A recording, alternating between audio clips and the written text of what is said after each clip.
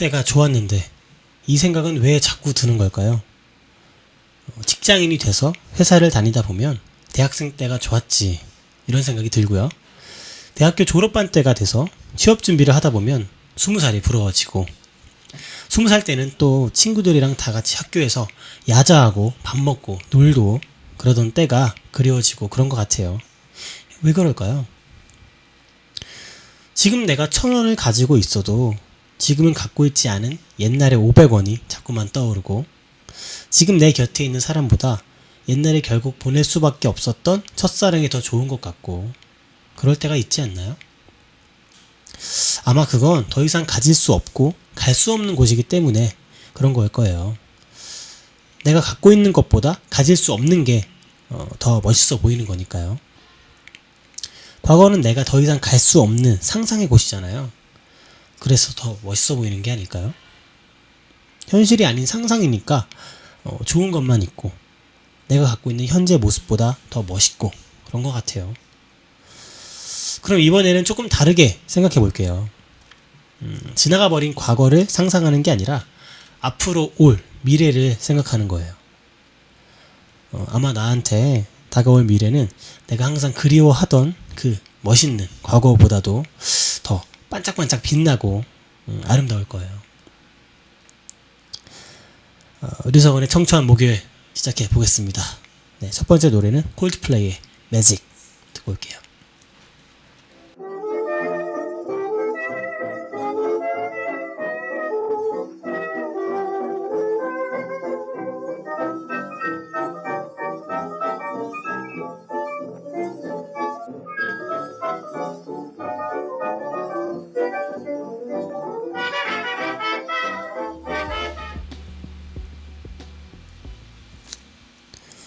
네, 콜드플레이 매직 듣고 왔습니다. 우리가 아기였을 때 우리는 아마 다 천재였을 거예요. 주변에 아기 있는 부모님들을 생각하면 알 수 있죠. 어버버버 하고 말만 해도 야 벌써 말을 하다니 우리 애 진짜 천재 아니야? 그리고 막 좀만 걸어도 아 벌써 걷다니 우리 애 진짜 좀 뭔가 다른 것 같은데? 막 이러잖아요.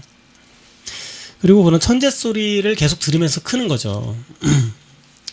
제가 뭐 중고등학교 때 살짝 성적이 떨어져도 저희 어머니는 뭐 별 말씀 없으시고 그냥 너는 머리가 좋아서 하면 되는데 너는 안 해서 그렇다. 그러니까 빨리 공부 좀만 하면 애들 금방 따라잡는다. 넌 머리가 좋아서. 항상 이게 레파토리처럼 모든 부모님들이 달고 사시는 그런 말이죠. 그러면서 항상 뭐 뭔가 특별하다, 뭔가 천재다 이런 이야기를 항상 듣고 크게 되는 것 같아요. 근데 너무 그런 얘기를 듣고 그런 생각을 정말 자기가 하다가 막 흔히 말하는 중2병 이런 거 걸리면요 진짜 뭐 흑역사 같은 거 엄청나게 만들어 대는 거죠. 다시는 싸이월드 들어갈 수 없고 그렇게 되는 거죠. 근데 나이를 조금씩 먹다 보면 그게 아닌 거 알잖아요. 어떤 사람은 진짜 핑핑 놀다가 공부를 좀만 해도 시험 점수 잘 받고요. TV 보면 나보다 어린 애들이 대학교 가서 뭐 알 수 없는 외국어 같은 걸로 논문 쓴다고 하고 막 조기 졸업하고 그런 일이 있는데 옛날이 더 괜찮아 보이는 건 그때는 미래에 대한 꿈이 있어서 였는지도 몰라요. 내가 진짜 천재일지도 몰라 이런 생각을. 근데 지금은 겪어보니까 꼭 그런 건 아닌 것 같다. 난 천재가 아닌가 보다 이런 생각이 드니까요. 뭐 어릴 때는 내가 뭘 해도 다 해낼 수 있을 것 같고 진짜 뭔가 뭐 하기만 하면 대단하다 소리를 이렇게 들을 수 있었는데 이제는 뭐 해도 그런 얘기를 들을 때가 아니죠. 뭐 지금은 대학교를 가도 그냥 평범한 거고 회사를 다녀도 뭐 수학 문제를 뭐 엄청나게 잘 풀어도 뭐 굉장하게 보일 그런 나이가 아니잖아요. 당연하게 해야 하는 거죠. 천재는 어떤 분야에도 다 있는데요.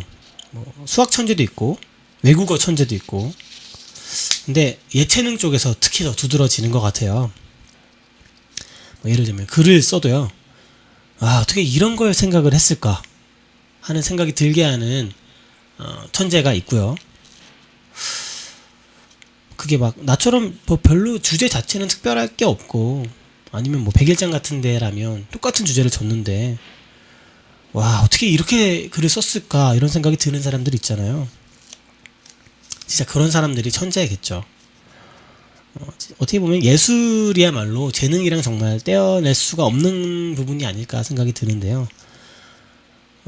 같은 길을 가고 있고 똑같은 상황에 또 똑같은 장애물이 주어져도요. 누군가는 그걸 뛰어넘을 수가 있는데 나는 그걸 못 뛰어넘는다는 걸 깨달을 때 아, 난 천재가 아니구나. 내 재능은 여기까지구나 하고 느껴질 때요. 그럴 때면 너무 힘든 것 같아요. 뭔가 그런 큰 벽을 만났을 때. 어떻게 보면 그 재능은 어느 정도는 타고나는 거라고 생각을 합니다. 노력에 의해서 대부분이 극복이 되긴 하겠지만 절대적인 그런 차이는 있는 것 같다는 생각이 좀 들긴 해요. 그런 천재에 대한 열등감 그런 걸 이야기했을 때 꼭 나오는 사람이 빠지지 않는 사람이 살리에르죠. 생각해보면 되게 몇백 년 전 사람이죠. 거의 200년 전 사람이죠. 근데 지금까지 계속 모차르트에 대한 그런 열등감 그런 거 이제는 아예 고유명사화가 됐죠. 살리에르 증후군이라고. 살아있을 때도 계속 열등감을 느끼면서 살았는데 죽고 나서도 200년 동안이나 열등감의 대표주자가 된 거니까 굉장히 기분이 안 좋을 것 같네요. 살리에르 씨가. 그런 식으로 지금 2014년까지 계속 언급이 되는 게 정말 영원히 고통받는 그런 안타까운 수제라고 해야 되나요? 네. 그런 분인 것 같네요. 어쨌든 모차르트는 완전 천재였잖아요. 5살 때 작곡을 하기 시작했다고 해요. 진짜 엄청난 천재죠. 그리고 살리에르는 그런 엄청난 천재랑 동시대를 살아가고 있는 근데 사실 평범한 사람이라고는 할 수는 없어요. 분명히 그 살리에르도 엄청난 재능이 있었던 거겠죠. 궁중악장 정도면 정말 웬만한 일반인과는 비교가 안 되는 재능을 가지고 있는 거잖아요. 근데 정말 진정한 천재인 모차르트에는 갖다 댈 게 아니었던 거죠. 사실 5살 때부터 작곡하는 사람을 어떻게 이길 수가 있겠어요. 뭔가 연습으로 그렇게 노력으로 극복되는 게 아닌 거잖아요. 5살 때. 한 2살 때부터 5살 때까지 3년 동안 피나는 노력을 하진 않았을 거 아니에요. 그냥 다 들리고 떠오르고 이런 거에 그냥 쑥쑥 코 풀듯이 이렇게 슉 재채기 하듯이 곡들이 팍팍 나오는 거죠. 살리에르는 그 능력에 대한 동경이 처음에는 있었는데 모차르트의 진짜 재능을 딱 보는 순간 자기랑은 비교가 안 되는 그 재능을 보는 순간 질투가 생길 수밖에 없었겠죠. 사실 살리에르는 음악을 엄청나게 사랑했고 신한테 자기한테 재능을 달라고 기도하면서 살던 사람이었는데 그 자기가 바라던 그 재능이 결국 모차르트에 간 걸 확인하게 된 거잖아요. 그러니까 재능은 안 주실 거면 욕망도 주시지 마시지 그런 얘기를 한다고 해요. 욕망을 주셨으면 재능도 주셨어야죠 이러면서. 자, 슬프게도 그런 음악에 대한 열정이나 욕망은 주셨지만 재능은 모차르트한테 조금 더 준 거죠. 정말 그런 걸 확인하게 되는 순간이 있으면 얼마나 좌절감을 맛볼까요? 그렇게 되면 200년 후까지 제 이름이 그 사람의 이름이 남을 수가 있는 건가 봐요. 그 엄청난 저절로서. 음악 얘기를 하고 글 쓰는 얘기를 하긴 했지만요. 공부도 사실 마찬가지겠죠. IQ가 160이 넘어서 멘사 회원이라는 사람들이 있는 반면에 뭘 이해하기 위해서는 어떤 책을 이해하기 위해서는 몇십 번이고 읽어야 하는 사람도 있잖아요. 또 그 재능과 더불어 뭔가 조금 아쉬운 부분을 커버할 수 있는 끈기와 노력이 있는 사람도 있고 또 그게 없는 사람도 있고요. 몽땅 없는 사람도 있고요. 불공평하네요. 물론 그 밖에서 그 천재를 그냥 이렇게 지켜보는 건 굉장히 좀 즐거운 일이에요. 예를 들어서 김연아 선수가 경기를 하는 걸 본다던가 아니면 박태원 선수가 수영하는 걸 본다던가 또 굉장히 유명한 천재라면 송유근 어린이가 있죠. 지금은 어린이인가요? 지금도? 송유근 유근이가 있죠. 뭐 하여튼 나는 아예 상관이 없는 그런 분야의 천재라면 정말 보는 것만으로도 경이롭고 되게 즐거운 일인데, 나랑 같은 분야인데 그 사람은 천재다, 이렇게 되면 굉장히 힘들어지죠. 나는 정말 죽을 똥 살 똥 노력해가지고 겨우겨우 따라가고 있는데 걔는 그냥 설렁설렁 하는데 툭툭 대고 맨날 1등하고 항상 걔한테 지고, 이런 사람들 보면 그런 살리에르 같은 좌절감이 느껴지겠죠. 그런 우울함을 겪는 사람들한테 니체가 말합니다. 천재성에 대해서는 얘기할 필요가 없고, 그다지 재능을 타고나지 않았어도 훌륭한 업적을 남긴 사람들은 뭐 얼마든지 많다고요. 근데 그 말을 한 니체도 사실 평범보다는 비범한 사람이었으니까요, 별로 뭐 위안이 안 되는 이야기인 것 같기도 하고. 근데 굉장히 믿고 싶긴 해요. 천재가 아니어도 내가 하는 것에 따라서 굉장히 비범한 결과를 낳을 수는 있을 거라고요. 저는 그런 생각을 많이 하는 게, 굉장히 유명한 뮤지션들, 제가 좋아하는 뮤지션들의 그런 보시라고 하죠. 그 사람들이 한 이야기를 이제 어떤 일정한 간격으로 계속 멘션을 날려주는 그런 트위터 계정을 팔로우를 하고 있는데, 그럼 되게 뭔가 위안이 될 때가 많아요. 폴 맥카트니나 또 노엘 갤러거 같은, 비틀즈나 오아시스 같은 팀의 작곡가들의 봇을 보면 정말 작곡 방식에 대한 이야기가 가끔 나올 때가 있는데, 뭐 그런 정도의 차이지 방법 자체는 나와 크게 다르지 않다, 나랑 비슷한 종류의 어려움을 겪고 그런 좌절을 맛보고 그러고 있구나, 그런 생각이 들 때마다, 그런 걸 볼 때마다 굉장히 뭔가 그렇지 다 그런 거 맞지, 이런 위안이 들곤 해요. 자, 두 번째 곡 듣고 오겠습니다. 에릭 처치의 Give Me Back My Hometown 듣고 올게요.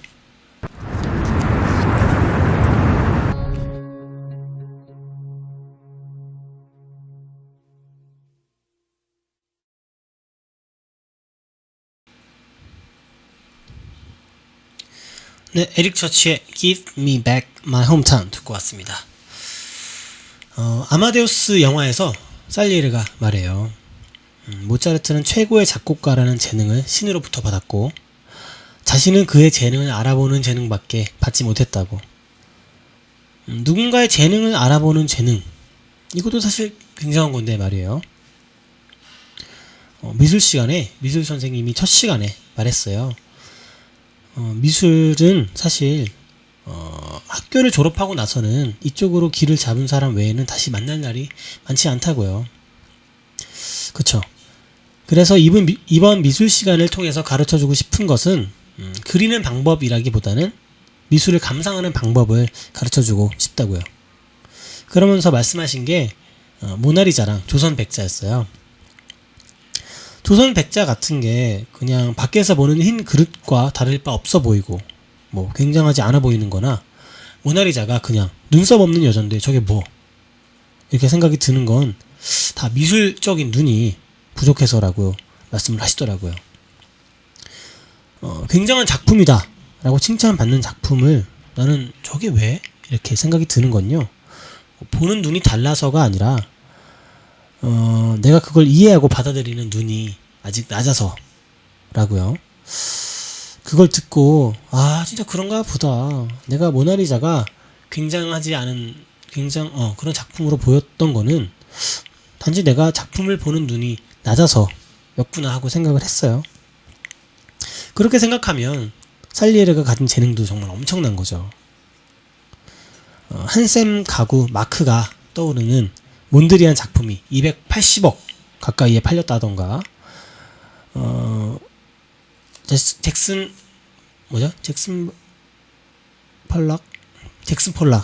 폴락의 작품이 130억에 팔렸다던가, 뭐 그런 걸 보면요, 저 작품이 과연 내 손에 있다면 나는 그 작품의 값어치를 알아채고 정말 몇백억에 팔 수 있을까 하는 생각이 들었어요. 폴락 작품 보면 그냥 이렇게 뭔가 나도 만들 수 있을 것 같은 그런 뿌리. 근데 사실 실제로 보니까 그 작업을 하는 그런 사진을 봤는데 굉장히 약간 좀 생각과는 다르게 작업을 하더라고요. 이렇게 밑에 이렇게 바닥에 깔아놓고 이렇게 뭔가 이렇게 행위예술 하듯이 이렇게 막 하더라고요. 어찌됐건 물론 훌륭하고 되게 엄청난 작품이고 내가 볼 때도 진짜 장난 아니다 싶은 작품들이 더 많은 것도 사실이지만요. 특히 현대미술 같은 경우에는 좀 이해하기가 어렵고 이게 뭐지? 하는 게 좀 많잖아요. 전에 미술관에 갔을 때 바닥에 돌멩이가 3개가 있고 이렇게 울타리 같은 게 쳐져 있었어요. 그래서 이게 뭘까 하고 보다가 그 설명해 주시는 분이 나와서 설명하시는 걸 들었는데 그 돌멩이들이 요즘 세상에 물질적인 것만 추구하는 측면이고 울타리는 그것을 이렇게 이런저런 설명을 하는데요. 이런 전달하고자 하는 뜻은 굉장히 좋았던 것 같아요. 물질적인 것뿐만 아니라 정신적인 것을 추구해야 하는데 그렇지 못하는 요즘 세대의 인간 군상 이런 거더라고요. 그런 걸 보여주고 느끼게 하려면 제 생각에는 뭔가 설명 없이 관람객이 딱 보기에 이게 정말 물질적인 것만을 추구하는 사람들의 안타까운 모습을 표현한 거구나 이런 비슷한 느낌이라도 눈치챌 수 있게 하는 그런 작품이어야 하지 않나, 그런 대중성이 좀 있어야 하지 않나, 많이 이해할 수 있는 그런 게 필요하지 않나 이런 생각이 좀 들더라고요. 곡 쓸 때도 마찬가지니까요. 어디서 그런 말을 들었는데요. 재능을 인정받으려면 일단 받을 만한 그런 재능이 있는 것도 중요하지만 운도 꼭 따라야 한다고요. 근데 그게 맞는 말인 게 지금은 천재로 인정받고 그러고 있는 작가든 화가든 막상 그 사람이 실제로 살았을 때는 인정받지 못해가지고 가난하게 살던 그런 분들이 꽤 많잖아요. 천재성이란 거는 좀 그 자체는 과거의 그것이나 오늘날의 그것이나 같은 건데 인정받는 정도가 다른 거는 시대적 운이 차이가 있는 게 아닌가 생각이 들어요. 예를 들어 데미안 허스트라는 현대미술 작가를 생각을 해보면요. 뭐냐면 그 해골 모양의 다이아몬드가 이제 그득그득 붙어있는 그 작품이요. 생존 작가 중에는 아마 작품 가격이 가장 높은 순위권 안에 드는 그런 작가인데요. 그 작가를 생각을 하면 굉장히 운이 중요한 것 같다는 생각이 많이 들어요. 뭔가 다른 사람의 시선을 끌 수 있는 그런 독특한 그런 작품을 만들어내는 능력도 분명 있긴 하죠. 예를 들어 부패를 막기 위해 어떤 그런 부패를 막는 용도의 그 약물에 상어를 통째로 담가 놓는다던가 아니면 이번 작품처럼 인간의 해골을 본을 따서 다이아몬드를 잔뜩 박아 놓는다던가 그런 거, 뭔가 특이한 그런 개성 넘치는 그런 것들, 그런 것들은 이게 뭐야 할 수는 있지만 이거 처음 보네 이런 느낌을 받잖아요. 근데 이 작가가 클 수 있도록 많은 도움을 준 사람은 찰스 사치라는 사람이라고 하네요. 만약 첫 전시회 때 그 사치라는 사람이 오는 운이 안 일어났다면요, 데미안 허스트의 작품이 125억이나 신의 사랑을 위해서라는 제목을 단 한 그 해골 보석, 그거는 그 1000억 원이라는 가격에 팔리지 못했겠죠. 그 1000억 원이라는 가격은 진짜 상상이나 할 수 있는 금액인가요? 제작비가 220억이었다고 하는데요. 그쵸. 진짜 다이아몬드를 쓰고 백금을 쓰고 했으니까 제작비도 많이 들었겠죠. 근데 그거를 이제 그 작품으로 인해서 1000억 원이나 되는 가격이 팔 수 있었다는 건 대단하기도 하고 부럽기도 하고 그런 생각이 들어요.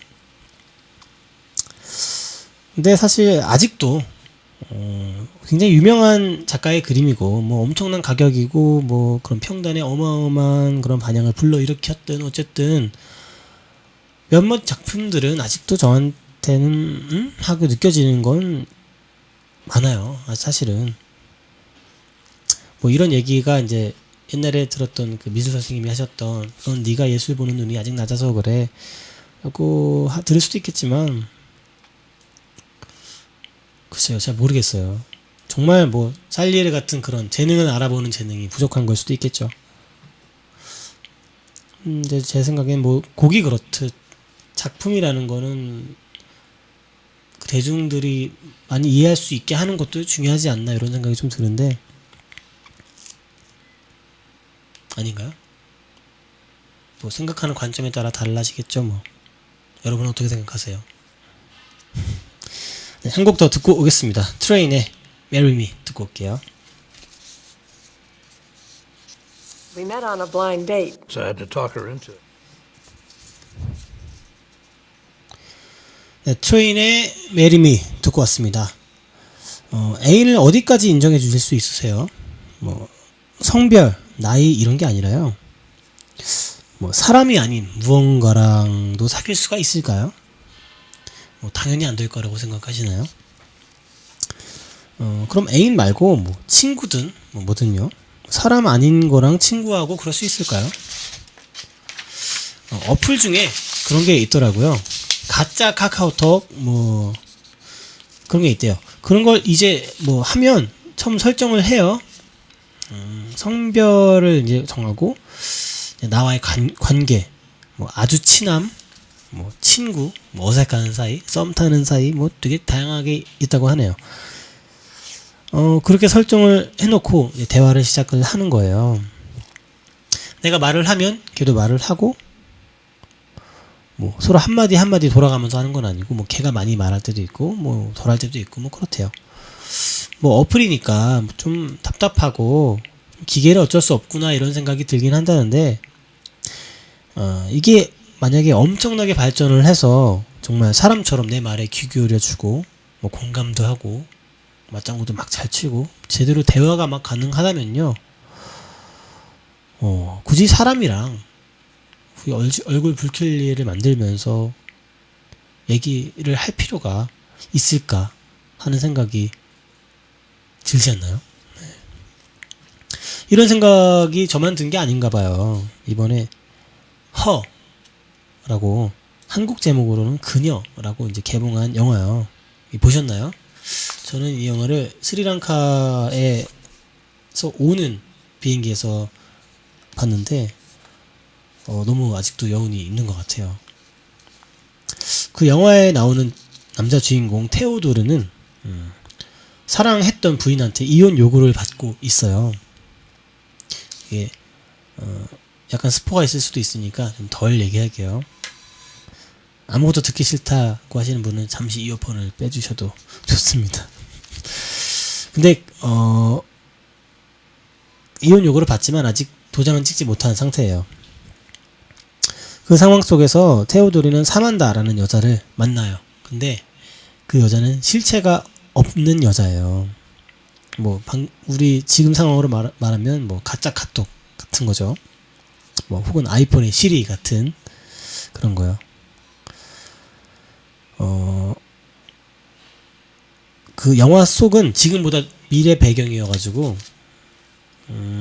그 OS는 지금 거랑 차원이 다르게 발전이 되어 있어요. 그래서 그 사만다라는 이름의 그 여자 OS라고 하니까 좀 웃기긴 한데, 여튼 그 사만다는 테오도르의 말에 되게 어색함 없이 반응하고, 테오도르가 원하는 이야기를 해주고 위로해주고 테오도르의 취향에 완벽하게 들어맞는 여자가 되어주죠. 자, 그런 소프트웨어랑 연인이 될 수 있을까요? 사실 그런 건 누구나 생각하잖아요. 사람이 아닌 무언가랑 사랑하는 거요.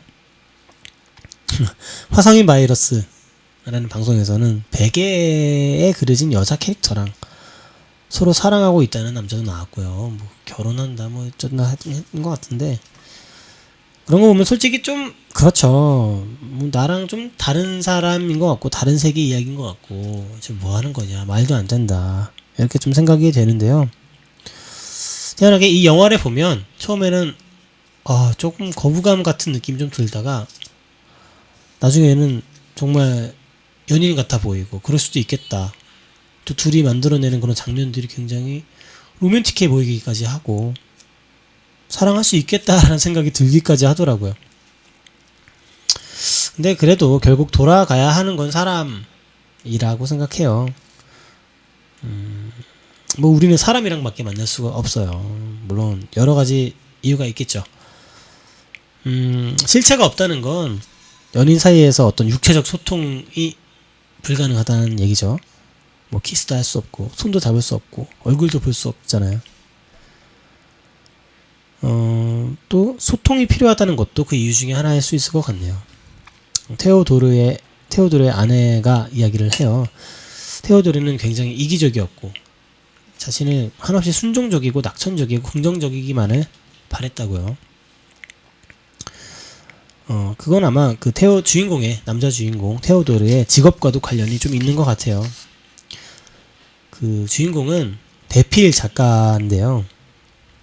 누군가가 사랑하는 사람한테 편지를 쓰고 싶을 때 그걸 대신 써주는 거예요.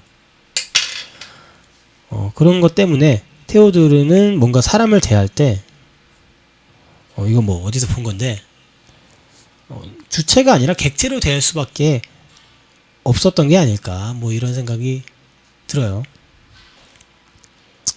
그럼 테오도르의 이기심 때문에 상처를 받은 아내는 다시 테오도르한테 상처를 주고 결국 둘 다 상처를 받게 되죠. 그런 소통에 질린 거겠죠. 테오도르는 뭔가 맞추고 이런 것들. 그래서 자기 취향에 맞춰서 완벽하게 설정된 그런 인공지능 프로그램에 빠지게 된 걸지도 몰라요. 물론 그 인공지능이 업그레이드 되고 발전되면서 점점 더 사람 같아지고 그렇게 발전될수록 그렇게 될 수 있도록 테오도르가 정말 엄청난 애정과 사랑과 관심을 사만다한테 쏟아부은 건 사실이지만요. 그렇게 살아있는 것 같아도 결국 사만다도 테오도르한테는 쉬가 아니고 허였던 거죠. 주체적인 어떤 여성이 아니라 테오도르한테 맞춰진 그녀였던 거예요. 그러니까 그만의 그녀였던 거죠. 결국 영화에서는 뭐 어떻게 되는데 뭐 더 얘기하면 스포일러니까 뭐 말씀을 안 드리겠어요. 직접 한번 보시면 되게 다양한 생각을 하게 됩니다. 그런 따뜻함도 느끼게 되고 그러면서 되게 현실적으로 생각도 해보게 되고 뭐 책이든 영화든 보는 사람마다 그런 감상은 다 다르잖아요. 저는 결국에 사람 사이의 소통이 중요한 거라고 생각을 했는데 어떤 사람은 대상이 누구든지 간에 엄청난 힘을 발휘할 수 있는 사랑의 힘을 주제로 생각하는 사람도 있고요. 되게 다양하더라고요. 아마 지금 방송을 보고 계신 분들 중에서는 뭐 이 영화 보신 분들은 난 저렇게 생각 안 했는데 뭐 이렇게 생각할 수도 있으실 것 같아요. 이건 뭐 제 생각이고요. 조금 뭐 그 영화 외적인 부분을 좀 이야기를 하자면 사만다가 목소리가 정말 너무 좋아요. 스칼렛 요한슨이 연기를 했는데요. 원래 목소리가 굉장히 허스키하고 그 외모만큼이나 섹시하잖아요. 약간 그 호흡 소리가 많이 섞여 있으면서 쇳소리가 나고 굉장히 매력적이더라고요. 이제 그 목소리로 더 문송이라는 노래를 부르는데 정말 뭐 보컬 자체 노래 실력 자체가 막 출중한 건 아니지만 정말 그 목소리 톤 때문에 너무 매력적이고 좋은 노래로 들리더라고요. 그래서 요새 굉장히 인기를 많이 얻고 있다고 해요. 상도 받았다고 하던데 뭐 노래가 좋습니다. 한번 영화도 보시고 그 목소리에도 한번 빠져보시면 좋을 것 같아요. 네, 그 노래 들려드리도록 하겠습니다. 네, 카렌 오와 스파이크 존스의 더 문송 듣겠습니다.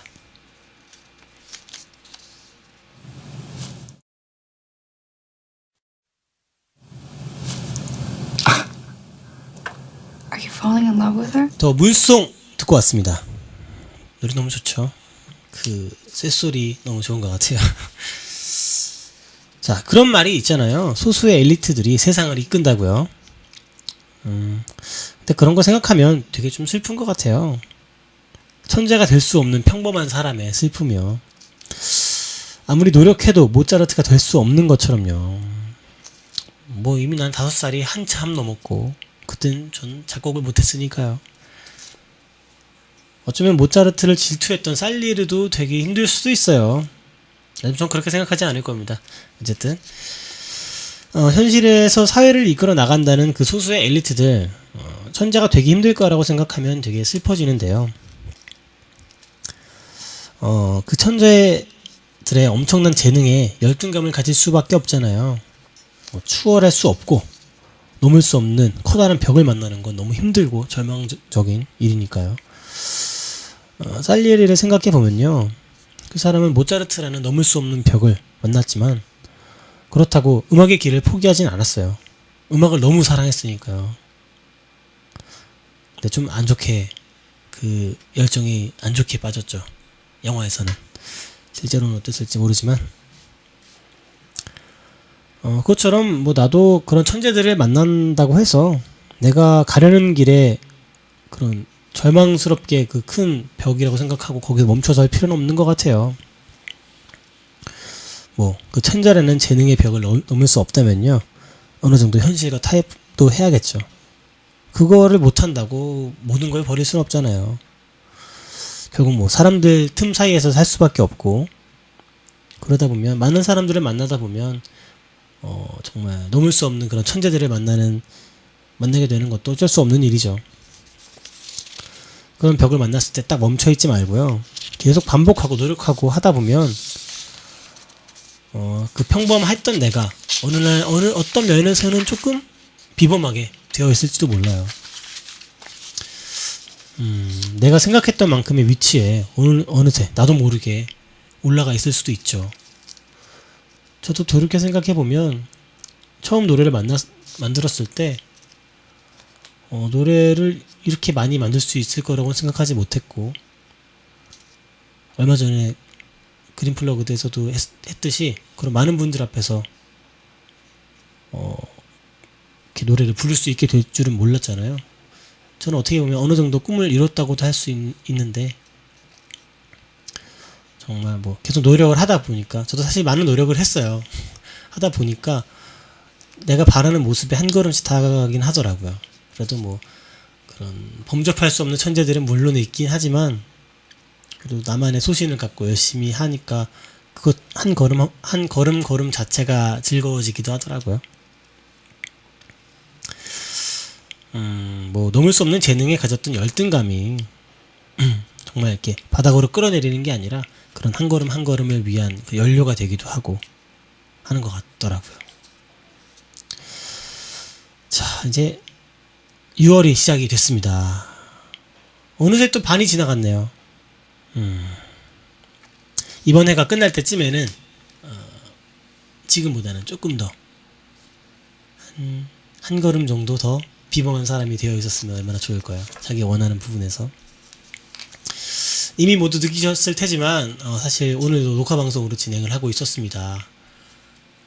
제가 대학원 신입생이다 보니까 신입생들이 꼭 참석해야 하는 그런 일이 있는데, 거기 참석하기 위해서 오늘 수요일날 지금 녹화 방송을 하고 있고요.